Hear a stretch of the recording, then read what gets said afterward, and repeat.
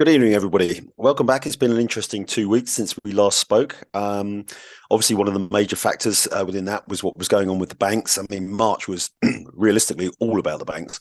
Stock indices fell as contagion fears. They panicked traders to a certain degree after the collapse of Signature, Silicon and Valley Bank, and also that rather crazy takeover of Credit Suisse. But, the issue here is that whilst the crisis may be moving on and, we're sort of getting past the worst of it, as you can see here with stock markets beginning to rise away from the problems, the ripple effects of that are still to be seen, I think, because when I say the regulators are stepping in, then we're looking at tighter credit standards, tighter lending standards.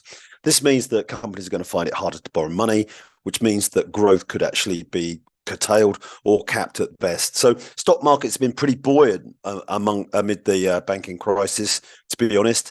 Some of the banks did better than others. Obviously, the main banks are well capitalized. Some of the shadow banks that you don't see so much of, not so much.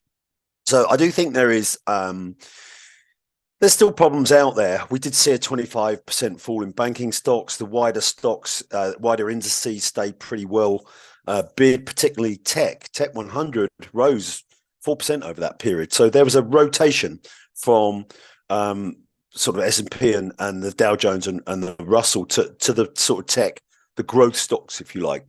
And I think realistically, that was quite a normal thing. I don't think people want to capitulate out of stocks just yet, but certainly they're choosing their sectors wisely. The issue here is, though, what is the Fed going to do? And is it wise to be moving into growth stocks with a potential recession coming? So an awful lot of questions going on at the moment, but specific to the banking side of things, I think this stronger regulation and tighter lending standards is going to sort of weigh on growth. And so we need to look at that moving forward. So that was March. This is April. So what we have seen is the indices recover to some degree. The USA 500 4-hour chart below on the left here, you can see the rally back up. We're beginning to consolidate. There's a little more indecision where we are right now. But we did see a 6% rally, so that's not bad considering we had a banking crisis in the middle of it. Europe, the same, as you can see here. The Germany 40 up 6%. Again, a little indecision beginning to move into this market now. What are the central banks going to do next? What's growth going to do next? Remember, recession isn't necessarily good for stock markets, particularly if inflation is still doggedly high, as we saw in the CPI data in the US. The core numbers are still holding pretty strong, as they are in Europe as well. So falling growth and doggedly high inflation is not a good ticket, really, for equities. But at the moment, they're looking very resilient, which is a surprise to me. But, people still want to put their money there. However, having said that, when you can get a 5% yield on 3 and 6 month short-dated T-bills in the US and money market funds, money is still leaving some of these bank deposit accounts, and that is a bit of a concern that we need to bear in mind going forwards. US bank deposits are actually starting to push down even further, which is a real concern. And you can see here on the chart, the change in deposits in small banks year on year is falling quite dramatically. Again, this is due to the fact that whilst the bigger banks are better capitalized, they're safer. So small banks are losing out to bigger banks. But also this yield return that you can get in short-term US bills, 3 month, 6 month bonds in the US, as well as money market funds, are actually becoming more and more attractive. And depositors took 119 billion out of smaller banks in March alone. Excuse me. This is a lot. So, the banking crisis, the worst of it may be over. The big banks are secure. But again, the ripple effects are still coming out. But these smaller banks are offering higher interest rates to depositors now to try and lock these deposits in, which is actually hitting their profit margins quite dramatically. And to be honest, the same is happening because the larger banks are having to offer better rates as well. So it'll be interesting to see what the CEOs, we've got earnings coming up, which I'll explain a little later, but it's going to be interesting what they have to say about the future. So estimates, if we look at on Friday, the Fed reported US bank lending dropped by the most on record in 2 weeks, ending the 30th of March, 29th of March. Commercial bank lending has dropped. This is not a positive for stocks. It's not a positive for business. Stocks look a bit high, to be honest. I mean, if we look at Mike Wilson, who's one of the top forecasters on Wall Street from Morgan Stanley, he's suggesting that forecasts haven't dropped enough given the weaker growth. I'm inclined to be in the same camp as that.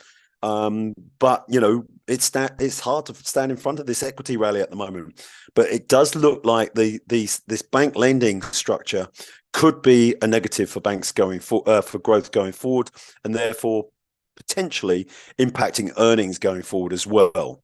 So these tighter lending standards do hurt the wider economy as we go further, and therefore could impact stocks as well. Something to bear in mind, because it takes a while for this regulation to filter through and the tighter lending standards to be put into place.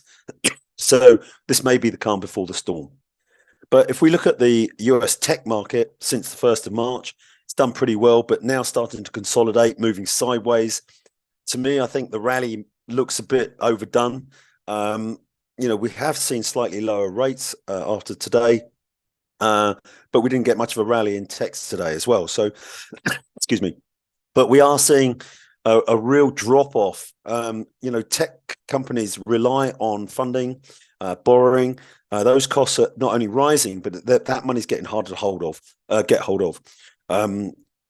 We look at some of the venture capital investment is dropping like a stone. So a lot of these startup businesses in the tech area are not getting the funding they need. And I think that's a bit of a concern, although there has been this rotation back into tech stocks from some of the more traditional indices as well. But has that run its course? To me, it looks like it's certainly questionable right at these levels right now. Looking forward, I think the issue here is earnings season is going to be play a major role in where we go. We kick off with the banks at the end of this week. Analysts project a profit increase of 4.2% for US financials. I mean, some of the headline data earnings may be okay, but I'd be very interested to hear what the CFOs, CEOs of these provide in the way of forward guidance.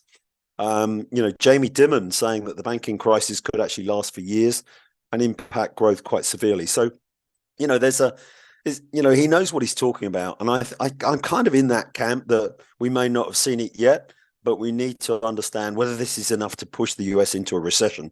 Because if so, it's going to make a bit of a difference. And you can see there on the screen we had there, the banks that are coming up to report earnings.